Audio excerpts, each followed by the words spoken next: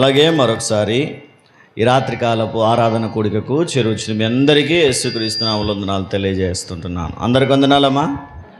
Right. ఉదయకాల సమయంలో ఏం వాక్యమైనా గుర్తుందమ్మా? ఎవరికైనా ఏం నేర్చుకోవాలమ్మా? నేర్చుకోవాలి. మనం క్రైస్తవులుగా, దేవుని బిడ్డలముగా మనం ఏం నేర్చుకోవాలో, మనం నేర్చుకోవాల్సిన విషయాలను దేవుని లేఖనాలలో నుండి మొదన మనం నేర్చుకున్నాం. ఏం నేర్చుకోవాలంటమ్మా? గుర్తుందా? చెప్తారా? మొదటగా వాక్యాన్ని నేర్చుకోవాలా, రెండవదిగా విధేయత నేర్చుకోవాలా, మూడవదిగా ప్రార్థన చేయడం నేర్చుకోవాలా, నాలుగవదిగా దేవుని భయం కలిగి ఎలా జీవించాలో నేర్చుకోవాలా. రైట్. గుర్తుంచుకున్న మీ అందరికీ మరొకసారి వందనాలు తెలియజేస్తుంటున్నాను. ఈ సమయంలో కూడా కొన్ని విషయాలు ఇంకా మనం ఏం నేర్చుకోవాలి వాక్యానుసారంగా అన్న విషయాలను మనం ఆలోచన చేయగలిగితే, దేవుడు అన్నాడు, మీరు నా యొద్దకు వచ్చి నా కాడి ఎత్తుకొని మీరు నేర్చుకోండి అన్నాడు. మత్తయి సువార్త 11వ అధ్యాయము 29వ వచనంలో మనం ఉదయం చదువుకున్నట్టుగా 11వ అధ్యాయము 29వ వచనం చూడండి. 29, నేను సాత్వికుడును దీన మనస్సు గలవాడును గనుక మీ మీద నా కాడి ఎత్తుకొని నా యొద్ద నేర్చుకొనుడి, అప్పుడు మీ ప్రాణములకు విశ్రాంతి దొరుకును. చాలు, మీరు నా యొద్దకు వచ్చి నేర్చుకుంటేనే మీకు విశ్రాంతి దొరుకుతుందని. మీరు ఖచ్చితంగా నా యొద్దకు వచ్చి మీ కాడిని ఎత్తుకొని మీరు నా యొద్ద నేర్చుకోవాలని దేవుడు ఆశపడిన రీతిగా మనం ఏం నేర్చుకోవాలో ఉదయకాల సమయంలో విన్నాం. అయితే మరికొన్ని విషయాలు మనం ఏం నేర్చుకోవాలో బైబిల్ గ్రంథంలో ఉంది. అయితే మనం ఎంత ప్రయత్నం చేసినా, నేర్చుకోవాలని తపన పడిపోయినా, దేవుడు మనకు నేర్పించకపోతే, లేదా దేవుడు నేర్చుకోగలిగే బుద్ధి మనకు పుట్టించకపోతే కూడా నేర్చుకోలేం అని దేవుని వాక్యం తెలియజేస్తుంది. 119వ కీర్తనలో కీర్తనాకారుడు అంటాడు, ప్రభా నాకు నేర్చుకునే బుద్ధి పుట్టించుము అంటాడు. చూడండి ఒకసారి 119వ కీర్తన 73వ వాక్యాన్ని ఒకసారి చదువుదాం.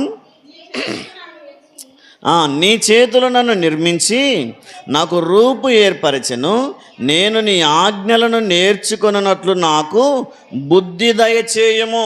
దేవుని లేఖనములలో ఉన్న సత్యాన్ని నేర్చుకోవాలంటే కూడా మనకేముండాలంట? బుద్ధి ఉండాలి. అంటే ఈరోజు లేఖనాలు నేర్చుకోలేని వాళ్ళందరూ ఏమని అర్థం? ఏమని అర్థం అమ్మా? బుద్ధి లేని వాళ్ళనేనా? మరి మీరు ఎంతమంది నేర్చుకుంటున్నారో? అందరూ బుద్ధి కలిగిన వాళ్ళు. నేర్చుకోలేని వారు, విని విడిచిపెట్టేవారు, విన్నా గ్రహించని వారు ఎవరంటమ్మా? నాకేం తెలుసు సార్, నన్ను అడుగుతామంటారా? దేవుడే అన్నాడు, బుద్ధి కలిగిన వారు కొందరున్నారు, బుద్ధి లేని వారు. కన్యకల విషయంలో చెప్తాడు, బుద్ధి లేని కన్యకలు ఉన్నారు, బుద్ధి కలిగిన కన్యకలు ఉన్నారు. తప్పిపోయిన కుమారుడు ఎప్పుడు తిరిగి వచ్చాడంటే వాడికి బుద్ధి వచ్చినప్పుడు అని ఉంటుంది. నెబుకద్నెజర్ రాజు ఎప్పుడు మనిషిగా ప్రవర్తించాడంటే అప్పుడు అతనికి బుద్ధి వచ్చిను అని ఉంటుంది. అప్పుడు దాకా పశువు బుద్ధి ఉండేది, ఆ తరువాత అతనికి మరలా మానవ బుద్ధి వచ్చినప్పుడు అని ఉంటుంది. అంటే మానవునికి బుద్ధి వస్తేనే దేవుడు అర్థమవుతాడు. ఏదైనా నేర్చుకోవాలంటే కూడా దేవుడే బుద్ధి పుట్టించాలి. అందుకే కీర్తనకారుడు అన్నాడు, నీ కట్టడలను నేను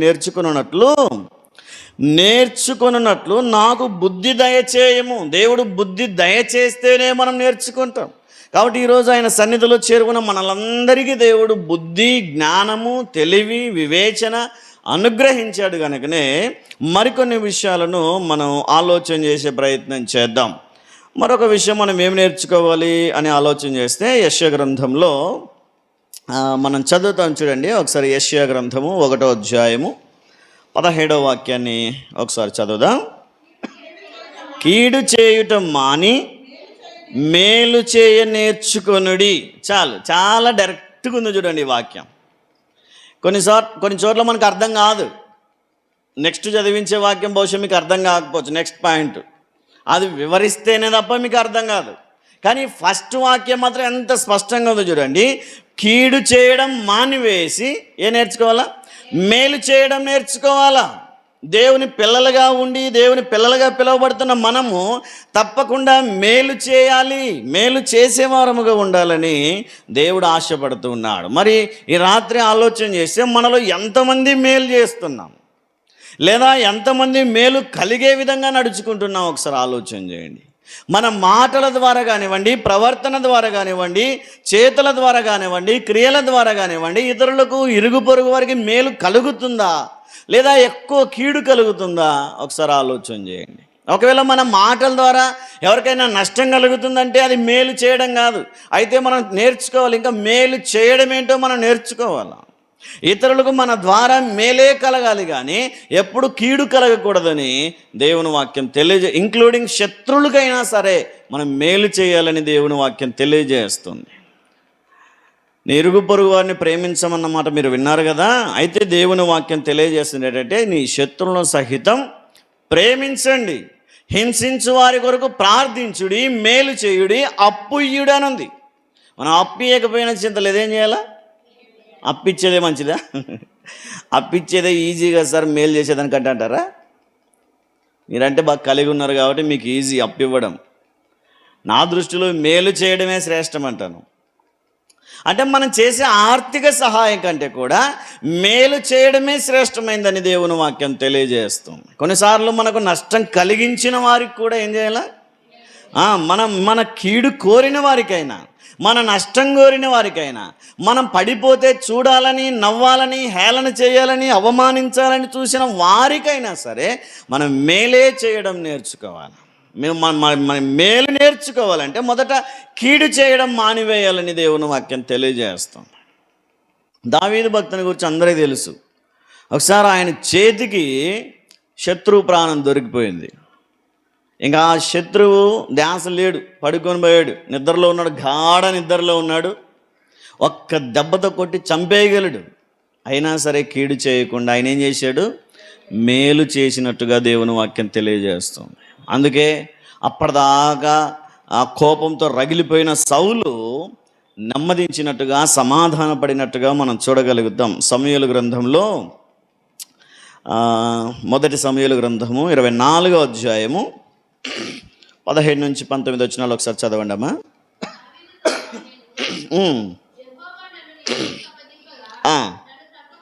నన్ను చంపక విడిచినందుకు ఈ దినమున నీవు నా అపకారమునకు ఉపకారము చేసిన వాడవై నా ఎడల నీకున్న ఉపకార బుద్ధిని వెల్లడి చేసితివి గనుక నీవు నాకంటే నీతిపరుడవు. ఒకనికి తన శత్రువు దొరికిన ఎడల మేలు చేసి పంపివేయునా? ఈ దినమున నీవు నాకు చేసిన దానిని బట్టి యెహోవా ప్రతిగా నీకు మేలు దయచేయునుగాక. హల్లెలూయా, హల్లెలూయా. మనం మేలు చేస్తే ప్రతిగా మేలే కలుగుతుంది. మనం కీడు చేస్తే ప్రతిగా కీడు కలుగుతుంది. మనం నష్టపరిస్తే ప్రతిగా మనకు నష్టమే కలుగుతుంది. మనం ఎవరినైనా అవమానిస్తే ప్రతిగా మనకు కూడా అవమానమే కలుగుతుంది. కాబట్టి ఈరోజు మనం మేలు చేయడం నేర్చుకుంటే ప్రతిగా మనకు మేలు దొరుకుతుందని, మేలు కలుగుతుందని, మేలు చేస్తాడని దేవుని వాక్యం తెలియజేస్తుంది. కాబట్టి మనం తప్పకుండా క్రైస్తవ బిడలముగా, దేవుని బిడలముగా, దేవుని పిల్లలముగా మనం మేలు చేయడం నేర్చుకోవాలా. మనం ఆలోచన చేస్తే మనం మైండ్లోకి ఎంతమంది వస్తారు, మన మనస్సుకి ఎంతమంది గుర్తొస్తారు? మేలు పొందిన వ్యక్తులు మన ద్వారా. ఆలోచన చేయండి, మిమ్మల్ని మీరు పరీక్షించుకుంటే నీ ద్వారా మేలును పొందుకున్న వారు ఎంతమంది నీకు గుర్తుకు రాగలుగుతారు? కొంతమంది అయినా గుర్తుకొస్తారా? మన ద్వారా మేలు పొందినవారు, మన ద్వారా బాగుపడిన వారు, మన ద్వారా స్థిరపడిన వారు మనం గుర్తు చేసుకుంటే మనకు జ్ఞాపకం రావాల్సింది, మన ద్వారా మేలు పొందిన వ్యక్తులు చాలామంది మనకు కనిపించాలి, మన మైండ్లోకి రావాలా. కాబట్టి ఈరోజు మనం మేలు చేస్తున్నామా, కీడు చేస్తున్నామా ఒకసారి ఆలోచన చేయండి. ప్రాముఖ్యంగా మనం మేలే చేయడం నేర్చుకోవాలని దేవుని వాక్యం తెలియజేస్తుంది. కాబట్టి తప్పకుండా అది కొన్నిసార్లు మనకు నష్టం కలిగించేదైనా సరే మనం మేలే చేయాలని దేవుని వాక్యం తెలియజేస్తుంది. అందుకే మేలు చేసినటువంటి మంత్రసానులు మనం చాలాసార్లు చదువుతాం. పోయిన మంగళవారం కూడా మీరు విన్నట్టున్నారు. హెబ్రీ స్త్రీలా, హెబ్రీ మంత్రసానులనా, ఐగుప్తిమల?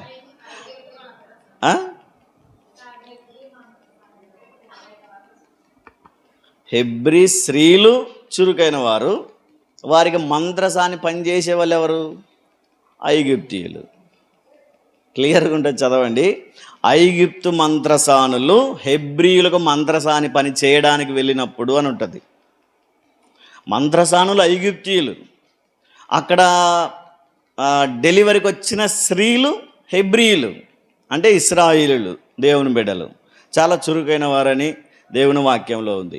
అయితే రాజాజ్ఞను బట్టి కీడు చేయాలా, గర్భములో డెలివరీ కాగానే మగబిడ్డ అయితే చంపేలా, ఆడపిల్ల అయితే బ్రతకనివ్వాలని ఒక ఆజ్ఞ ఉంది, ఒక శాసనం చేయబడింది. తప్పకుండా మీరు రాజాజ్ఞను చేసి తీరాల్సిందే, తప్పకుండా పాటించాల్సిందని ఒక నియమం ఉన్నప్పటికీ సరే వారు దేవునికి భయపడి, ఆ మాట ఉంది చూడండి చాలా స్పష్టంగా, మొదటి అధ్యాయంలోనే దేవునికి భయపడిరి,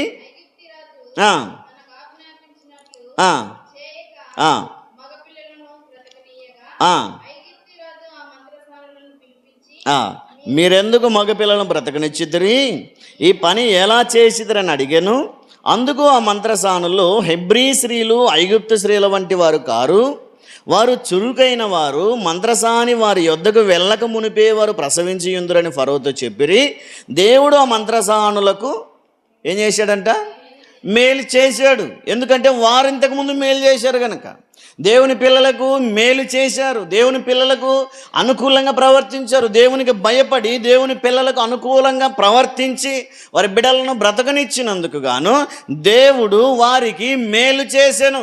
21వ వచనంలో వారి వంశాలను అభివృద్ధి పరిచనని ఉంటుంది. వారి వంశాలను అభివృద్ధి పరచడానికి, వారు మేలు పొందుకోవడానికి కారణం వారు మేలు చేసి ఉండడాన్ని బట్టి. కాబట్టి ఈరోజు మనకు కూడా మన జీవితంలో మేలు కలగాలి అంటే మన జీవితంలో కూడా ఒక విషయం నేర్చుకోవాలి. ఏంటంటే అది మేలు చేయడం నేర్చుకోవాలి. కాబట్టి కొన్నిసార్లు నష్టమైనా సరే, కష్టమైనా సరే, కొన్నిసార్లు మనకి ఇబ్బంది అయినా సరే మేలు చేసే ప్రయత్నమే చేయండి, మేలు మాత్రమే చేయాలని దేవుని వాక్యం తెలియజేస్తుంది. అయితే ఎంత ప్రయత్నించినా నా వల్ల కాదు సార్ అంటారు కొంతమంది.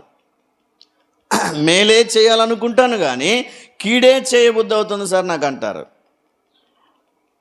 దేవుని వాక్యంలో ఒక మాట ఉంటుంది, కూషు దేశస్థుడి రంగు, ఇర్మియా గ్రంథంలోనికి రండి ఒకసారి, చిరుతపులి మచ్చలు మారనట్టుగా మీరు కూడా మారరు అంటాడు దేవుడు.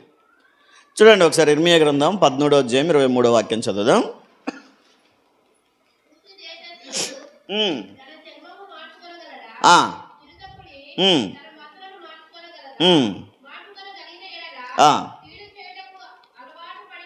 మీరును చాలు.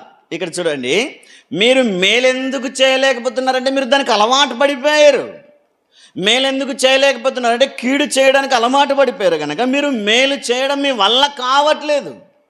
ఎంత ప్రయత్నించినా ఇతరులకు మేలు చేయలేకపోతున్నారని దేవుని వాక్యం తెలియజేస్తుంది.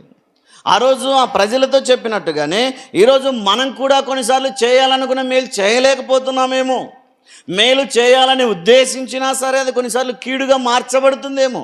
కాబట్టి ఈ రాత్రి ఈ ఉదాహరణ గమనించండి. కూషు దేశస్థుడు తన రంగును మార్చుకొనిన ఎడల, అంటే కూషు దేశస్థులు అంటే ఆఫ్రికన్స్ ఎట్లుంటారో తెలుసు కదమ్మా. ఆఫ్రికన్స్ ఎట్లుంటారు, నల్లగా ఉంటారు, పండ్లు కండ్లు తప్ప ఏం కానరాదు. ఎప్పుడైనా చూడండి, వాడి పండ్లు వాడి కండ్లు తప్ప ఏం కనిపించేది, శరీరం అంతా నల్లగా ఉంటుంది, తొమ్మ మొద్దు కంటే అధ్వానంగా ఉంటాడు. వాడు తన రంగును మార్చుకోగలడా అని ప్రశ్న. వాడైనా మార్చుకుంటాడేమో కానీ మీరు మాత్రం మారరా అంటాడు.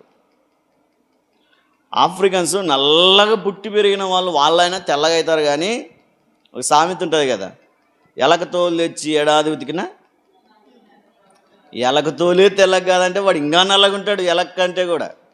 కూషు దేశస్థుడు, ఆ కూషు దేశంలో నుంచి పెళ్లి చేసుకున్నందుకే మోషే మీద గొడవ పడింది కూడా అన్న అక్క కదా, చదివారా? కూషు దేశస్థురాలని వివాహం చేసుకున్నందుకు ఆయన మీద సనిగిరి, ఆయనతో గొడవకు దిగిరి అని ఉంటుంది. కాబట్టి ఈరోజు మనం ఆలోచన చేస్తే కూషు దేశస్థుడు మార్చుకోకపోయినా ఇబ్బంది ఏం లేదు. ఆ కింద ఇంకేముంది, చిరుతపులి తన మచ్చలను మార్చుకొనిన ఎడల మీరు కూడా మేలు చేయ మీ వల్ల పడును.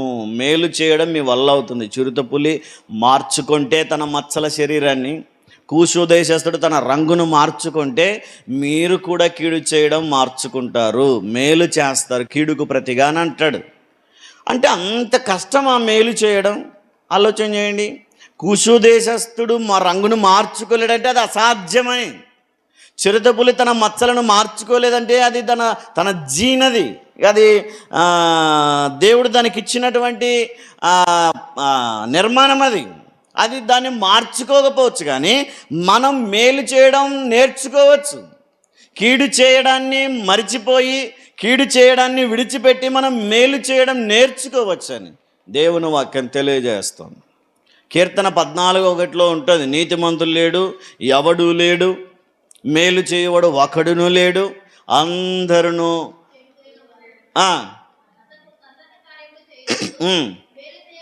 ఒకడును లేడు, మేలు చేయవాడు ఒక్కడు లేడంట. మరి ఈరోజు ఒకవేళ మన సంఘం వైపు దేవుడు చూస్తే మనలో కూడా ఒక్కరు లేమో మేలు చేసేవాళ్ళం.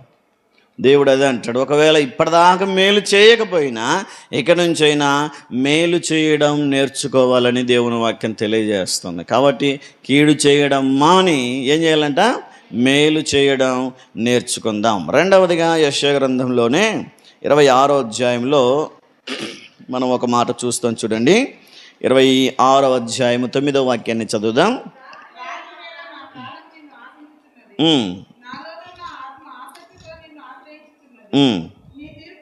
నీ తీర్పులు లోకమునకు రాగా లోక నివాసులు నీతిని నేర్చుకొందురు. చాలు, లోక నివాసులు ఏం నేర్చుకుంటారంట? నీతిని నేర్చుకుందరు. దేవుని నీతి ఏంటో నేర్చుకుంటారు లోకస్తులు. ఒకానొక రోజు దేవుని తీర్పు భూమి మీదకి వచ్చినప్పుడు నీతిమంతులుగా ఇంత గొప్ప ఆశీర్వాదాలు ఉన్నాయి, నీతిమంతులుగా ఇంత గొప్ప తీర్పు ఉంది అని చూసిన తర్వాత వారు నీతిని నేర్చుకుంటారంట.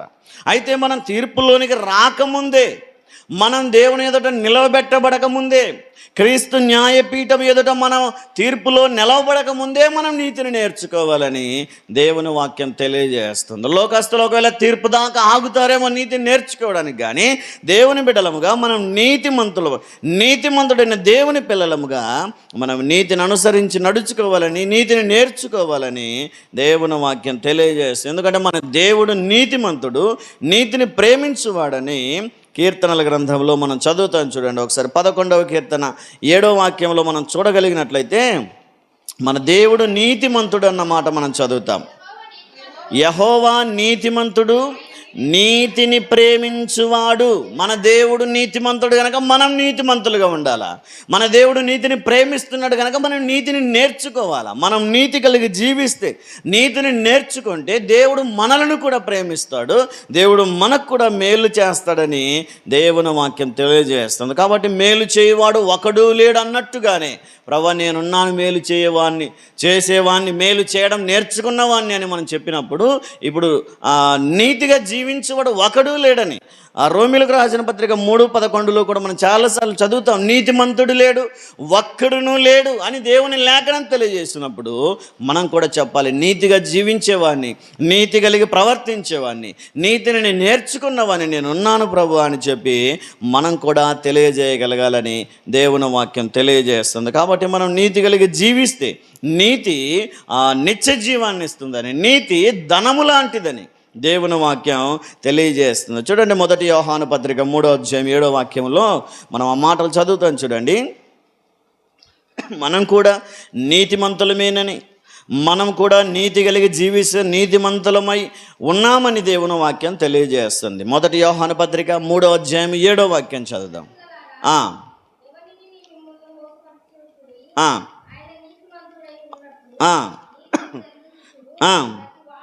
ప్రతివాడును నీతిమంతుడు, నీతిని జరిగించు ప్రతివాడు నీతిమంతుడు. పౌలు అన్నాడు ఇందాక రోమా 3:11 ఏమన్నాడు? నీతిమంతుడే లేడన్నాడు. మరి దేవుని నీతి కలిగి జీవిస్తే, దేవుని నీతిని ధరించి జీవిస్తే, లేదా దేవుని యొక్క నీతిని మనం నేర్చుకుని జీవిస్తే మనం కూడా ఏమవుతామంట, నీతిమంతులం అవుతామని దేవుని వాక్యం తెలియజేస్తుంది. అబ్రహాము నీతిమంతుడే, ఇస్సాకు నీతిమంతుడు, యాకోబు నీతిమంతుడు. చాలామంది భక్తులు బైబిల్ గ్రంథంలో నీతిమంతులుగా కనిపిస్తారు. దేవుని ఉగ్రతలో నుంచి తప్పించుకొనిన నోవాహు నీతిమంతుడు, నోవాహు కుటుంబం నీతిమంతులు. నోవాహు నీతిమంతుడు గనుకనే తన కుటుంబాన్ని రక్షించుకోగలిగాడు దేవుని ఉగ్రతలో నుంచి. లోతు కూడా నీతిమంతుడు గనుకనే భయంకరమైన అగ్నిగంధకాలతో మండి ఆ వర్షంలో నుంచి తప్పించుకోగలిగాడు. ఈరోజు మనం కూడా నీతి కలిగి జీవిస్తే, నీతిని నేర్చుకుంటే మనం కూడా దేవుని వాక్యం తెలియజేస్తున్నట్టుగా మనం కూడా రక్షణ పొందుతామని, లోకపు తీర్పులో నుంచి తప్పించబడతామని, మనం కూడా దేవుని ఉగ్రత గురి కాకుండా రక్షణ పొందాలంటే మనం కూడా నీతిని నేర్చుకోవాలని దేవుని వాక్యం తెలియజేస్తుంది. మూడవదిగా మనం ఆలోచన చేస్తే ఇర్మియా గ్రంథం 12వ అధ్యాయంలో మనం ఏం నేర్చుకోవాలో ఈ మాట ఉంటుంది చూడండి. ఇర్మియా గ్రంథము 12వ అధ్యాయము 16వ వాక్యాన్ని ఒకసారి చదువుదాం.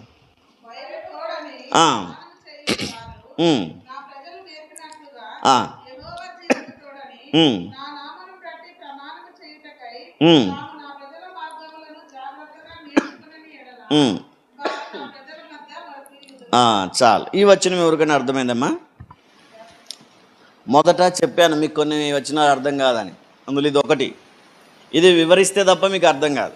కొంతమందికి అర్థమవుతుంది, దేవుడిచ్చిన కృపను బట్టి, దేవుడిచ్చిన జ్ఞానాన్ని బట్టి కొంతమందికి అర్థమవుతుంది, కానీ అందరికి అర్థం కాదు ఈ వచనం. అక్కడ ఏమైనా మర్మం ఉందా అంటే మర్మమేం లేదు, అదే పెద్ద గొప్ప మర్మమేం కాదు. కానీ ముందుది వెనక్కి, వెనకది ముందుకుంది. అది మనం అర్థం చేసుకోగలిగితేనే మనకు అర్థమవుతుంది. మరొకసారి నేను చదువుతాను స్పష్టంగా, మీకు అర్థమవుతుందో లేదో చూడండి. 16వ వచనం, బయలుతోడని ప్రమాణము చేయుట వారు నా ప్రజలకు నేర్పినట్లుగా యెహోవా జీవముతోడని నా నామమును బట్టి ప్రమాణము చేయుటకై తాము నా ప్రజల మార్గములను జాగ్రత్తగా నేర్చుకునే యెడల వారు నా ప్రజల మధ్య వర్ధిల్లుదురు. అర్థమైందేమో? ఏమైనా అర్థమైందమ్మా ఎవరికైనా? ఏమర్థమైంది చెప్పండి, చెప్పండి, గట్టిగా చెప్పండి అమ్మ. ఏం కదా, అన్యుల పేరు మీద ప్రమాణం చేయకూడదా? ప్రమాణం చేయకూడదు, చేయకూడదా? అంతేనా? మీకు అర్థమైంది?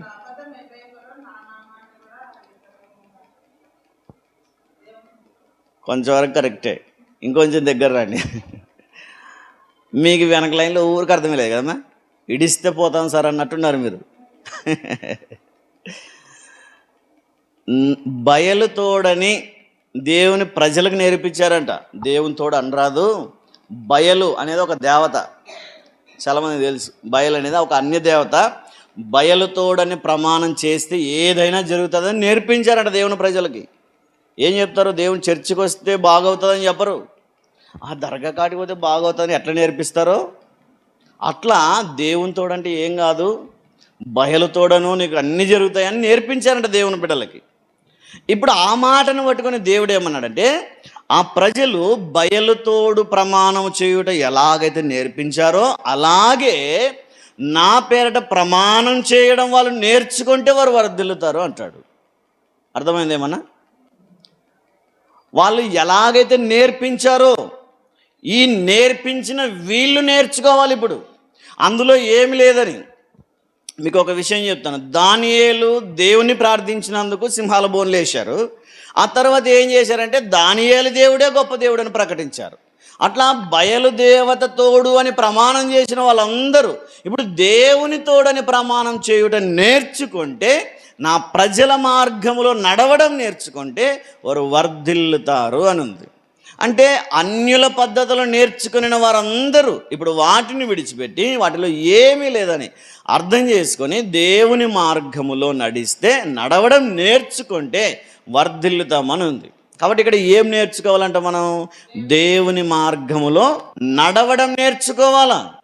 దేవుని లోక మార్గాల్లో నడిచాం, చాలా ఏళ్ళ నుంచి లోకస్తులుగానే నడుస్తున్నాం, లోకస్తులు చేసినవే చేస్తున్నాం, లోకస్తుల మార్గాలలోనే ప్రయాణం చేస్తున్నాం. వాళ్ళ పద్ధతులు మన పద్ధతులు యాజ్ ఇట్ ఈస్గా సేమ్ ఉంటాయి. కొన్ని చోట్ల ఒక బల్లలో చేయి వేస్తాం, వాళ్ళు చేయి వేయరు, అంతే కదమ్మా. వాళ్ళు చూసేవి మనం చూసేవన్నీ ఒకటే కాదంటారా? కాదా? వాళ్ళు చూసేది మనం చూసేది వేరా? వాళ్ళు చూసేది అదే ఎపిసోడే, మనం చూసేది అదే ఎపిసోడే కదమ్మా. ఏంటి గురించి సార్ చెప్తావు అన్నట్టు చూస్తా లక్ష్మక్క. అదేనా? ఆదివారం శనివారం కూడా ఏమో మిస్ కదా. ఈ 2 రోజులు ఉండదు, ఇక 4 రోజులు 5 రోజులు వాళ్ళు మనం కంకణం కట్టుకుంటాం. వాళ్ళు చేసిందే మనం చేస్తాం, వాళ్ళు చూసిందే మనం చూస్తాం, వాళ్ళు మాట్లాడేదే మనం మాట్లాడతాం.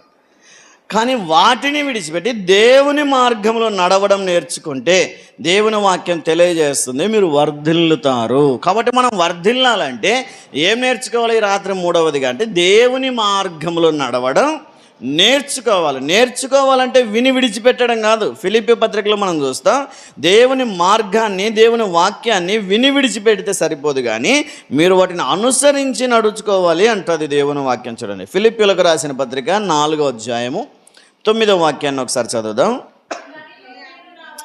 మరియు మీరు నా వలన విని ఏవి నేర్చుకొని అంగీకరించిదురో, నా యందున్నట్టుగా ఏవి వింటిరో ఏవి చూచిదరో అట్టి వాటిని చేయుడి.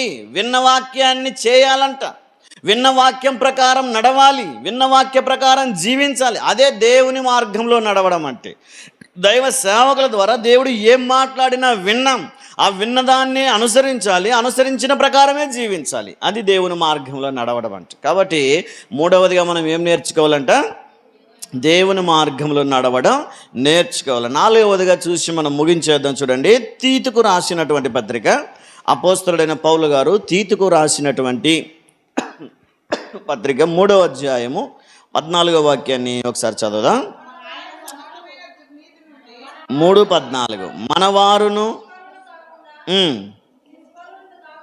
కాకుండు నిమిత్తము అవసరమును బట్టి సమయోచితముగా సత్క్రియలను శ్రద్ధగా చేయుటకు నేర్చుకొనవలెను. ఏం నేర్చుకోవాలంట? సత్క్రియలు చేయడం శ్రద్ధగా నేర్చుకోవాలి, మంచి పనులు చేయడం నేర్చుకోవాలి. దేవుని బిడ్డలముగా ప్రతి సమయంలో మనకు తోచినంత మటుకు మేలు చేయడం, మంచి పని చేయడం మనం నేర్చుకోవాలని దేవుని వాక్యం తెలియజేస్తుంది. కాబట్టి ఈ రాత్రికాల సమయంలో చివరిగా మనం ఏం నేర్చుకోవాలంటే సత్క్రియలు చేయడం నేర్చుకోవాలి. రోమపత్రికలో మనం చదివితే ఒక మాట చూస్తాం. చూడండి, రోమిలకు రాసిన పత్రిక 2వ అధ్యాయం 7వ వాక్యాన్ని ఒకసారి మనం చదువుదాం.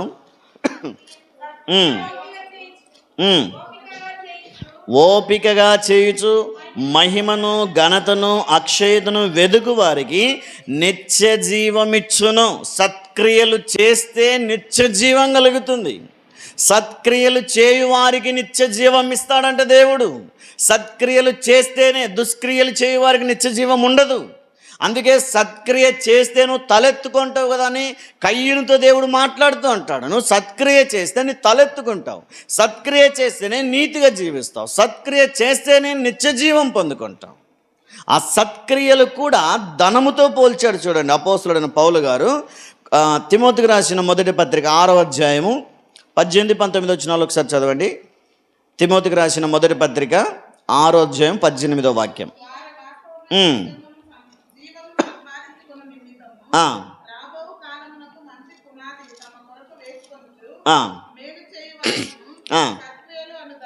సత్క్రియలు అను ఏంటంట? సత్క్రియలు అనేది ఏంటంట?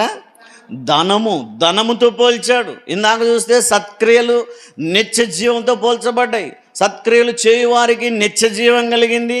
ఆ సత్క్రియలు ధనముతో పోల్చబడింది. అంటే ఇప్పుడు సత్క్రియలు చేస్తున్నామంటే ఏమున్నట్టు మన దగ్గర? మన అకౌంట్లో పెరుగుతూ ఉంటుంది అమౌంట్. ఇక్కడ కాదు, మరి ఇంటికి పోయి ఎంచుకునేరు ఎంత అనేది అంతే ఉంటుంది. ఇక్కడ కాదు, మన ధనం ఎక్కడ పెరుగుతుంది? పరలోక రాజ్యంలో మనకు ధనం పెరుగుతుంది. ఇక్కడ సత్క్రియ చేసిన ప్రతిసారి మన ధనం పెరుగుతుంది పరలోక రాజ్యంలోని దేవుని వాక్యం చాలా స్పష్టంగా తెలియజేస్తుంది. కాబట్టి ఇంతవరకు ఎందరో భక్తులు బైబిల్లో మనం చూస్తాం. ఎందరినైనా పరిశీలించండి, అందరూ సత్క్రియలు చేసి దేవుని ద్వారా ఆశీర్వదించబడిన వారని దేవుని వాక్యం తెలియజేస్తుంది. చనిపోయిన తర్వాత కూడా దోర్కా బ్రతకడానికి కారణం ఏంటంటే ఆమె సత్క్రియలు చేసినందుకు. ఆమె బహుగా సత్క్రియలు చేసింది. 9వ అధ్యాయం అపోస్తల కార్యంలో మనం చదివితే ఆమె తబిత మనకు అక్కడ కనిపిస్తుంది. చూడండి, దోర్కా తబిత గారు బహుగా చేశారంట ధర్మకార్యాలు. సత్క్రియలు చూడండి ఒకసారి 9వ అధ్యాయము 36వ వాక్యాన్ని ఒకసారి చదువుదాం. యొప్పేలో తబితా అని ఒక శిష్యురాలు ఉండెను, ఆమెకు భాషాంతరమున దోర్కా అని పేరు. ఆమె సత్క్రియలను ధర్మకార్యములను బహుగా చేసి ఉండెను. చాలు, తబితను గురించి దేవుడు ప్రత్యేకంగా వ్రాయించాడు. ఆమె సత్క్రియలు బహుగా చేసినట్టు, 1 కాదు 2 కాదు, లెక్క పెట్టుకోలేము. ఆమె చేసిన ధర్మకార్యాలు సత్క్రియలు బహుగా ఉన్నాయి, లెక్క పెట్టలేనన్ని సత్క్రియలు చేసింది. కొద్ది రోజులకు ఏమైందో తెలియదు, అనారోగ్యంతో చనిపోయింది. చనిపోయిన తర్వాత దేవుని సేవకుల ద్వారా బహుశా మరలా బ్రతికినట్టు కూడా మనం చూడగలుగుతాం. 9వ అధ్యాయంలో తబిత మనకు కనిపిస్తారు సత్క్రియలు చేసినట్టుగా. 10వ అధ్యాయంలో ఎవరు కనిపిస్తారు? కొర్నేలి గారు మనకు కనిపిస్తారు. కొర్నేలి గారు కూడా ధర్మకార్యములు బహుగా చేసినాడంట. మొదటి 2-3 వచనాల్లో మనం ఆ మాటలు చదువుతాం చూడండి. శతాధిపతి అయిన కొర్నేలి అను భక్తిపరుడు ఒకడు కైసరయలో ఉండెను. అతడు తన ఇంటి వారందరితో కూడా దేవుని యందు భయభక్తులు గలవాడై ఉండి ప్రజలకు బహుధర్మము చేయుచు ఎల్లప్పుడూ దేవునికి ప్రార్థన చేయుచుండువాడు. బహుధర్మ కార్యాలు చేశాడు, బహు సత్క్రియలు చేశాడు. అందుకే ఈరోజు మనం కూడా వారి వలె ఆశీర్వదించబడాలంటే, వారిలాగా దీవించబడాలంటే మనం కూడా 4వదిగా ఏం నేర్చుకోవాలంట? సత్క్రియలు చేయడం నేర్చుకోవాలి. మొదట ఏం నేర్చుకోవాలంట? ఈ రాత్రి విన్న వాక్యంలో మేలు చేయడం నేర్చుకోవాలి. 2వదిగా నీతి కలిగి జీవించడం నేర్చుకోవాలి. 3వదిగా దేవుని మార్గంలో నడవడం నేర్చుకోవాలి. 4వదిగా సత్క్రియలు చేయడం నేర్చుకోవాలి. నేర్చుకోకపోతే బుద్ధి లేని వారిని దేవుని వాక్యం తెలియజేస్తుంది. కాబట్టి మనలో ఎవ్వరు బుద్ధి లేని వారిగా ఉండకుండా, బుద్ధి లేని కన్యకల లెక్కల్లో ఆ గుంపులో మనం ఉండకుండా, మనం అందరం బుద్ధి జ్ఞానం కలిగిన వారమై దేవుని ద్వారా అనేక విషయాలు నేర్చుకొని దీవెనకరంగా ఆశీర్వాదకరంగా జీవించుదాం. దేవుడు అటువంటి కృప మనందరికీ అనుగ్రహించునుగాక. ప్రార్థన చేసుకుందాం. కళ్ళు మూసుకునండి. ఆఖరి ప్రార్థన ఆశీర్వాదంతో మనం ఈ కూడికను ముగించుకుందాం. మహాపరిశుద్ధుడా, గొప్ప దేవుడా, స్తోత్రములు నాయనా. మరొకసారి రాత్రికాల సమయంలో మేమందరమును మీ సన్నిధిలో చేరి నిన్ను ఆరాధించగలిగే కృపను మీరు అనుగ్రహించిన విధానం బట్టి స్తోత్రాలు ప్రభువా. నిజముగా తండ్రి, మేము ఏం నేర్చుకోవాలో బైబిల్ గ్రంథం ద్వారా అనేక విషయాలు ఉదయకాల సమయంలో మీరు మాట్లాడి ఉన్నారు. అందరం బట్టి స్తోత్రాలు. ఈ రాత్రికాల సమయంలో కూడా ప్రభువా ఎన్నో విషయాలు మాతో మాట్లాడి ఉన్నారు ప్రభువా, నీకే స్తోత్రాలు. మేలు చేయడం నేర్చుకోవాలని, నీతిగా జీవించడం నేర్చుకోవాలని, దేవుని మార్గములో ప్రయాణించడం నేర్చుకోవాలని, సత్క్రియలు చేయడం నేర్చుకోవాలని లేఖనములలో నుండి ఎన్నో విషయాలు మాతో మాట్లాడినందుకు స్తోత్రాలు ప్రభువా.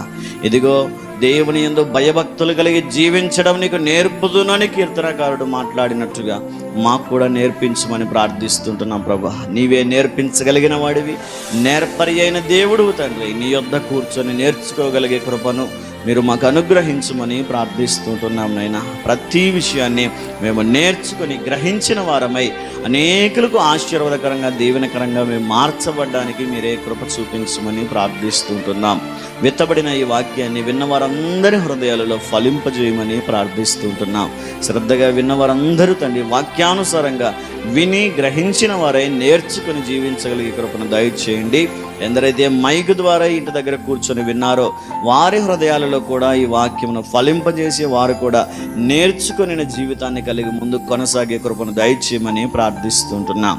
ఈ రాత్రికాల సమయంలో మరొకసారి ఆసక్తితో చేరువచ్చిన బిడ్డలందరినీ మీరు దీవించి ఆశీర్వదించమని, రాలేక వెనకబడిపోతున్న వారిని క్షమించండి, మరొకసారైనా రావడానికి మీరే కృప చూపించమని, ఈ రాత్రికాల సమయంలోని మెండైన దీవెనలు చేరువచ్చిన మా అందరిపై కుమ్మరించి నడిపించమని నజరేయుడైన యేసుక్రీస్తు వారి నామములో వినయముతో అడిగి వేడుకొని పొందుకొని నాము తండ్రి.